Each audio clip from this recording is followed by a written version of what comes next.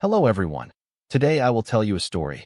The story is titled, Tama Hears Me Walking Around the House. Please like and subscribe to my channel if you appreciate me. You can skip this if you don't and oppose. Like this video. Thank you very much. The story begins as follows. Tama is not a big dog. He is not loud, dramatic, or overly demanding. If you didn't know him well, you might even miss how deeply he pays attention to the world. But I know Tama, and I know this truth very clearly. Tama listens with his whole heart. Every morning begins the same way. The house is quiet, wrapped in that early stillness where even the light feels gentle. I step out of my bedroom, my feet brushing softly against the floor. Before I even reach the kitchen, I hear it, the faint shuffle of paws, followed by a slow, hopeful sigh. Tama lifts his head from his bed.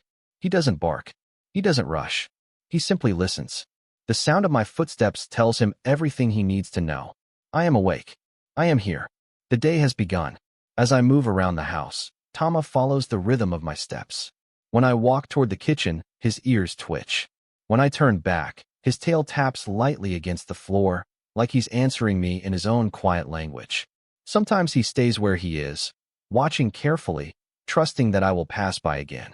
Other times, he gets up and walks behind me, keeping a respectful distance, as if he doesn't want to interrupt my morning, but still wants to be close. Tama has learned the difference between my fast steps and my slow ones. Fast steps mean I'm in a hurry. Slow steps mean I'm relaxed. On busy mornings, when my feet move quickly and my thoughts race ahead, Tama simply sits and waits. He understands without words. On calm mornings, when I wander around with no clear destination, Tama joins me, matching my pace, enjoying the simple act of moving together. There is something deeply comforting about being listened to in this way, not through words, but through presence. Tama doesn't need me to explain my plans. He doesn't need reassurance. My footsteps are enough. They tell him that life is happening and that we are in it together. In those quiet moments, I realize something important. Tama isn't just hearing me walk. He is choosing to stay connected, moment by moment, sound by sound. As the day unfolds, the house becomes a map of familiar sounds, and Tama knows them all. The creak of the chair means I'm sitting down to work. The scrape of a mug against the counter means coffee, which usually comes with a gentle head pat. The opening of a drawer means nothing exciting, unless it's the one with his treats. Tama's ears can tell the difference. When I walk from room to room, Tama adjusts his position like he's always calculating the best place to be. Not too close, not too far, just right. If I'm working at my desk, he lies near my feet, facing the doorway, as if guarding both me and the path I might take next. If I move to the couch, he waits a moment, listening, then follows, settling beside me with a quiet satisfaction. Sometimes I test him without meaning to. I stand up, walk a few steps, then stop. Tama lifts his head. His eyes search for clues. When I sit back down, he relaxes again, as if saying, "Okay, still here." It's not curiosity that drives him. It's care. In the afternoon, when the house warms and the light stretches across the floor, Tama naps lightly. Even in sleep, he listens. My footsteps can wake him instantly, but he never seems annoyed. Instead, he greets the sound like a familiar song.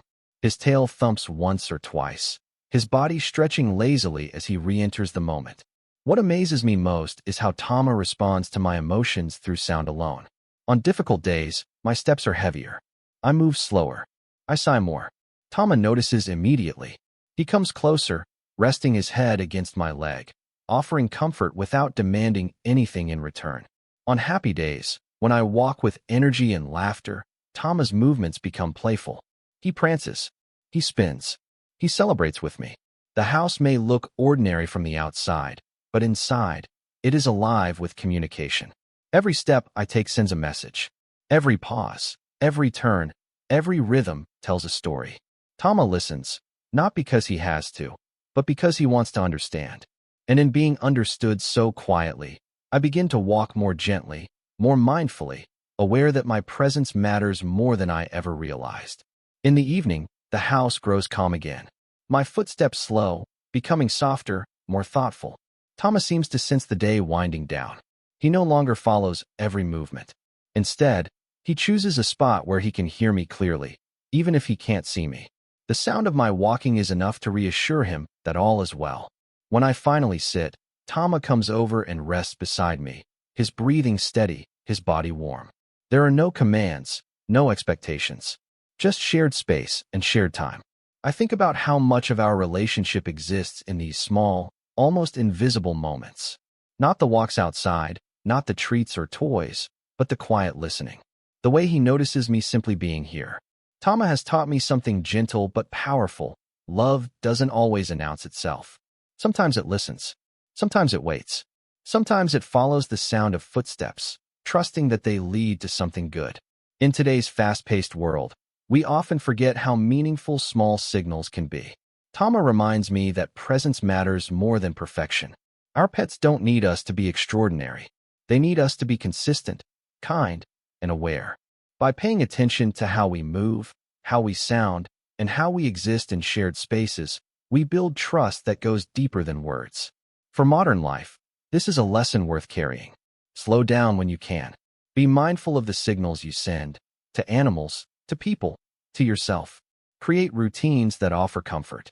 Listen as much as you act. When we treat animals as sensitive companions rather than background characters, we nurture empathy, patience, and emotional awareness in ourselves. In the end, Tama doesn't just hear me walking around the house. He hears my care. And because of him, I've learned to walk through life a little more gently, knowing that someone is always listening with love.